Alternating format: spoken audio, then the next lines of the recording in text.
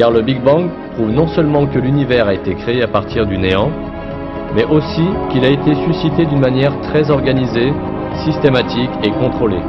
Le Big Bang a eu lieu avec l'explosion du point qui contenait toute la matière et toute l'énergie de l'univers, puis sa dispersion dans l'espace dans toutes les directions à une vitesse terrifiante. Cette matière et cette énergie ont donné lieu à un vaste équilibre composé de galaxies, d'étoiles, du Soleil, de la Terre et de tous les autres corps célestes. De plus, des lois, appelées les lois de la physique, sont apparues, des lois qui sont uniformes dans tout l'univers et qui ne changent pas. Ces lois de la physique, qui sont apparues avec le Big Bang, n'ont pas changé du tout sur une période de 15 milliards d'années. Plus encore, ces lois sont fondées sur des calculs si précis que même une variation d'1 millimètre par rapport à leurs valeurs actuelles mènerait à la destruction de toute la structure et la configuration de l'univers. Tout cela indique que le Big Bang a donné lieu à un ordre parfait. Cependant, une explosion ne conduit pas normalement à l'ordre. Toutes les explosions que l'on peut observer tendent à briser, détruire et désintégrer tout ce qui est présent. Si nous voyons une explosion aboutir à un ordre très précis, nous pourrions alors conclure qu'il y avait une intervention intelligente derrière cette explosion et que quelqu'un avait fait bouger tous les éléments dispersés par l'explosion d'une manière très contrôlée.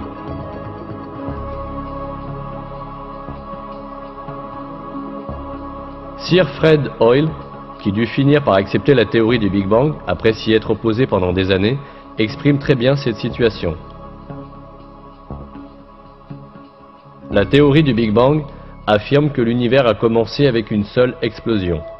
Pourtant, comme on peut le constater, une explosion ne fait qu'éparpiller la matière, tandis que le Big Bang a mystérieusement produit l'effet inverse, en assemblant la matière sous forme de galaxies. Si une explosion aboutissait à un grand ordre, on ne pourrait pas manquer de reconnaître l'intervention d'un créateur à chaque instant de cette explosion.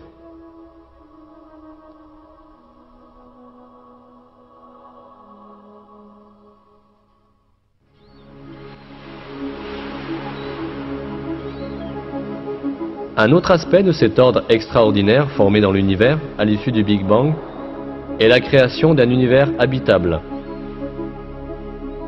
Les conditions nécessaires à la formation d'une planète habitable sont si nombreuses et si complexes qu'il est impossible d'imaginer que cette formation puisse survenir par coïncidence.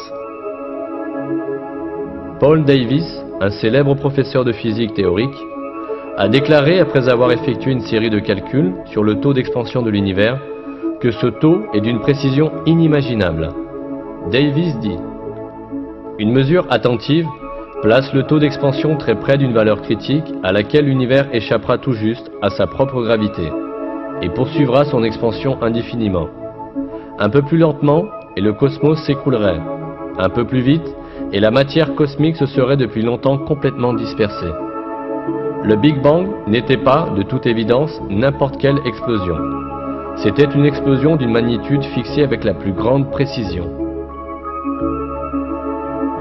Le professeur Stephen Hawking, illustre physicien, déclare dans son livre Une brève histoire du temps que l'univers repose sur des calculs et des équilibres réglés bien plus précisément que nous ne pouvons l'imaginer. Hawking déclare à propos du taux d'expansion de l'univers: « Si le taux d'expansion, une seconde après le Big Bang, avait été inférieur ne serait-ce que d'un 100 milliards de millionième, l'univers se serait effondré à nouveau bien avant d'atteindre sa taille actuelle. » Paul Davies explique également la conséquence inévitable à tirer de ces équilibres et de ces calculs incroyablement précis. Il est difficile de résister à l'impression que la structure actuelle de l'univers, qui paraît si sensible à la moindre modification des chiffres, a été soigneusement élaborée. La conjugaison apparemment miraculeuse de ces valeurs numériques que la nature a assignées à ces constantes fondamentales demeure la preuve la plus éclatante d'une forme d'organisation cosmique. En rapport avec le même fait, un professeur d'astronomie américain, George Greenstein, écrit dans son livre L'univers symbiotique: « Lorsque nous examinons toutes ces preuves, nous sommes assaillis par l'idée insistante que cela doit être la marque d'une volonté surnaturelle.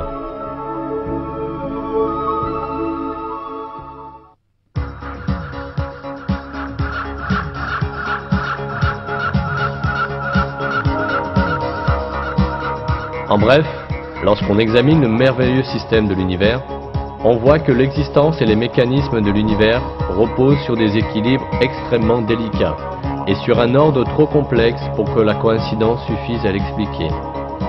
Bien évidemment, il est absolument impossible que cet équilibre et cet ordre parfait se soient formés tout seuls et par coïncidence, après une grande explosion. La formation d'un tel ordre à la suite d'une explosion comme le Big Bang est la preuve flagrante d'une création surnaturelle.